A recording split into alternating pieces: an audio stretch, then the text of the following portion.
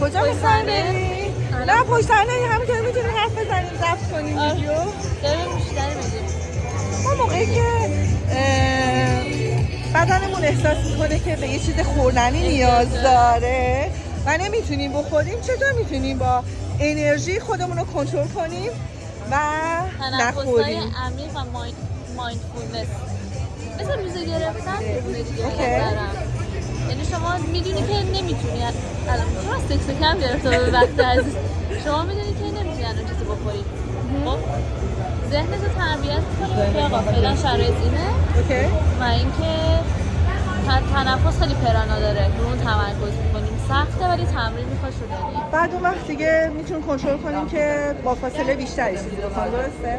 آره ولی چیزی هم هست بعضی وقت مثلا واسه خود من مثلا من چربی اضافه تو بدنم اونقدی ندارم، خب ممکنه هر لحظه اونقدی ازم تو اصلا نداری. خب ممکنه هر لحظه قش کنم غذا نخوردن خیلی برام ترسناکه. اوکی. مثلا مامانم هی بهم میگفت، مامان میگفت بخور حال میری، اون ترسره که بدیم بره بدن واقعا میتونه دووم بیاره. سکس کم گرفتیم. اوکی پس تمرین کنیم با تنفس عمیق و دریافت پرانا. آره. اوکی. خیلی تاثیر داره. میریم که دیرتر غذا بنشین. خوردن رو تمرین